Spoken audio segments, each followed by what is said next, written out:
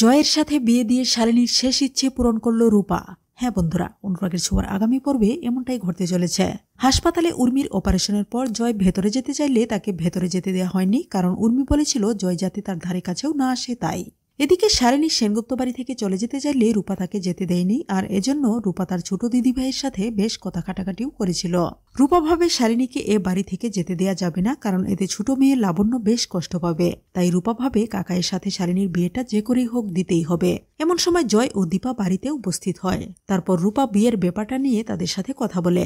দীপা বলে, রূপা, উর্মি অসুস্থ, হাসপাতালে ভর্তি, আর এসব তুই কি করে বলছিস?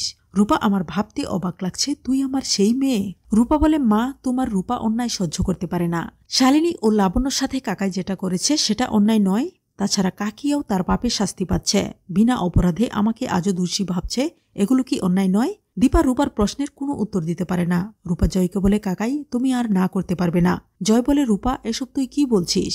রূপা বলে, হ্যাঁ কাকাই, তুমি যদি এ বিয়েতে রাজি না হও তাহলে শালিনীকে নিয়ে আমি আইনের আশ্রয় নিতে বাধ্য হব। রূপার এসব কথা শুনে ভয় পেয়ে যায় দীপা ও জয়। রূপা আর দেরি না করে কনের সাজে সাজিয়ে দেয় শালিনীকে। দীপা বরের বেশে সাজিয়ে দেয় জয়কে। তারপর পুরোহিত ডেকে এনে বিয়ের সমস্ত কার্যক্রম শুরু করে দেয় রূপা। আর এভাবেই শালিনী ও জয়ের বিয়েটা সম্পন্ন হয়। তো বন্ধুরা, এভাবে যদি জয় ও শালিনীর বিয়ে দিয়ে শালিনীর শেষ ইচ্ছে পূরণ করে রূপা, তাহলে কেমন লাগবে তোমাদের? জানিয়ে দাও কমেন্ট করে। ধন্যবাদ।